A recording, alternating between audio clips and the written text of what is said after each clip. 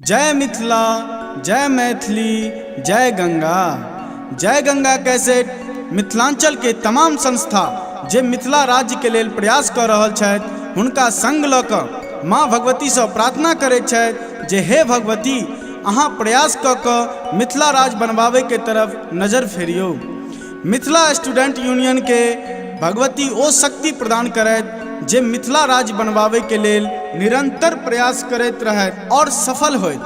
तो लिया सुनल जाओ जय गंगा कैसेट के भक्तिमय प्रस्तुति और भाई नरेश दिवाकर जी के सुमधुर स्वर में मिथिला राज्य बनबाबू हे माँ, मिथिला राज्य बनबाबू हे माँ।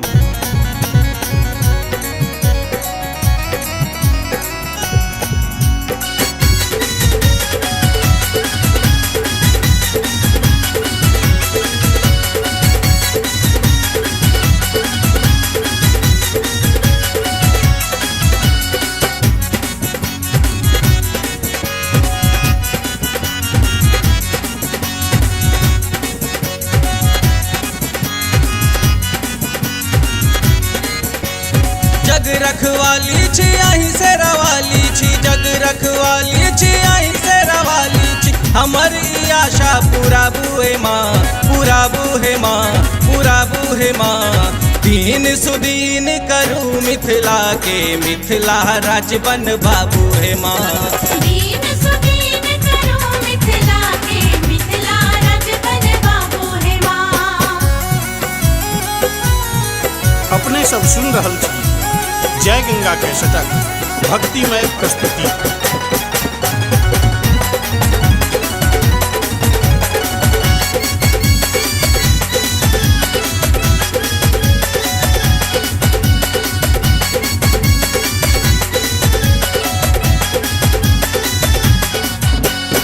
सीता छी बहिन हमर पाहुन राम ये, घर घर बजैया मैया अही के गान ये।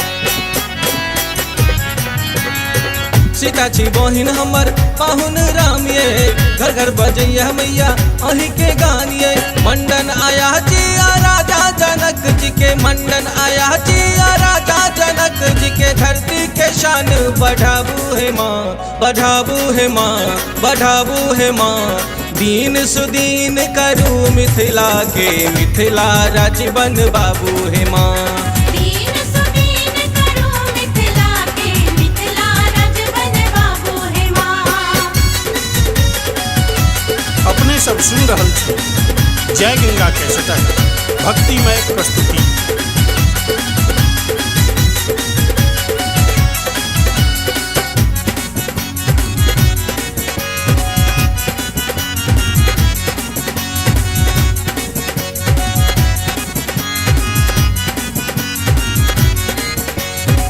शिव सेनानी के मनसा पुराबू, एही सेनानी के माँ शक्ति बढ़ाबू।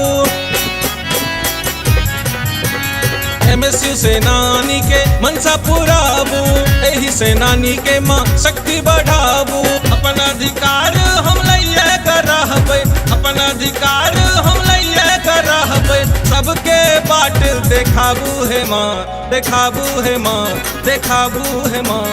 दीन सुदीन करू मिथिला के, मिथिला राज्य बन बाबू हे माँ। दीन सुदीन करू मिथिला के, मिथिला राज्य बन बाबू हे माँ।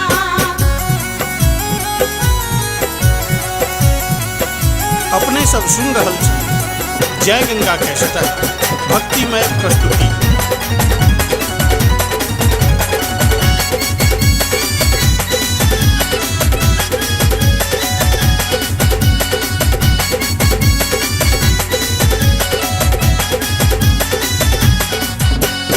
जाने जहान मैया दुनिया अहाँ के, तखन पाछू किया गम अहाँ के। जाने जहान मैया दुनिया अहाँ के, तखन पाछू किया गम अहाँ के। नरेश दिवाकर बिकी कहैया, नरेश दिवाकर बिकी कहैया। माटी के लाज बचाबू हे माँ, बचाबू हे माँ, बचाबू हे माँ। दीन सुदीन करू मिथिला के, मिथिला राज्य बन बाबू हे माँ। दीन सुदीन करू मिथिला के, मिथिला